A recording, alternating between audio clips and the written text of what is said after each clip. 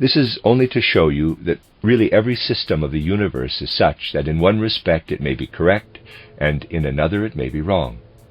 You cannot tell with absolute certainty. That is how it is.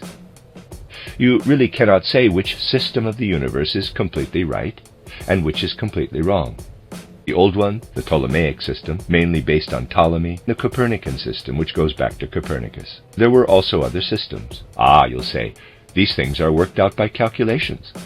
Well, you see, those calculations are made, but the calculations that are made are never entirely correct. If you calculate the rate at which a star moves, for example, you'll know that after a certain time it must be in a particular position in the heavens.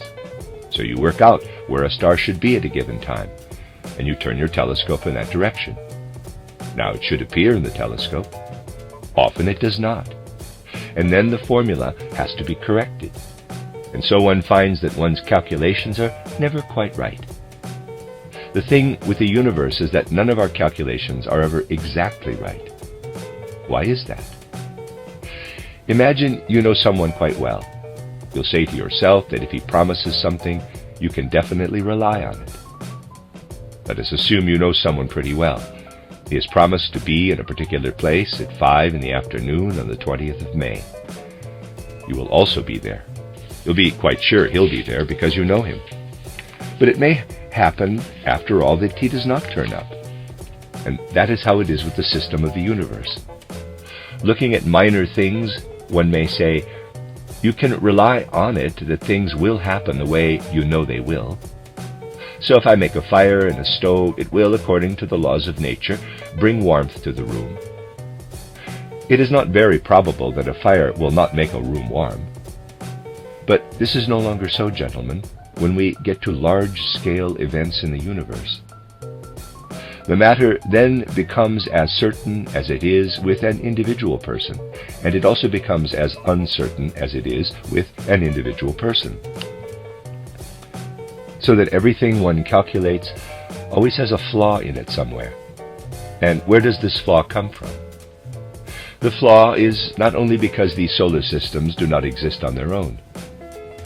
Let us assume the person saw something he really liked as he was on his way to meet you. He was held up. If these planetary systems were such that nothing could happen with them but what sun, moon, and stars are doing, we would also be able to calculate them. We would know exactly where a star will be at a particular time, to the thousandths of a second, for calculations can be extremely accurate. But as I said, there is a flaw. This is simply due to the fact that these systems are not permitted to be entirely free and easy amongst themselves in the universe, for the comets come in, passing right through. And with these comets coming in from the universe is giving the planetary system something that is rather like what we are given when we eat.